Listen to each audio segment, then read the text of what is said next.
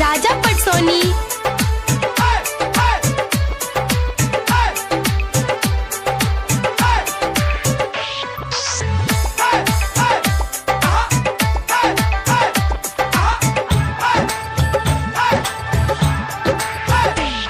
यो लबकनिया रहत कोना अब गल होली सैया अब कहिया।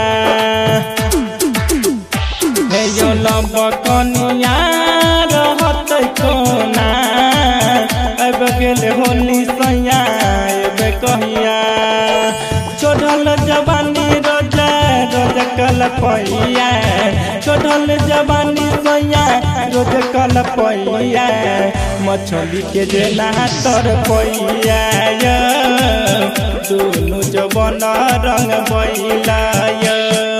लबकनिया रहत कोना अब गल होली सैया अब कहिया। लबकनिया रहत कोना अब गल होली सैया अब कहिया। डीजे मिठू राजा पटसोनी।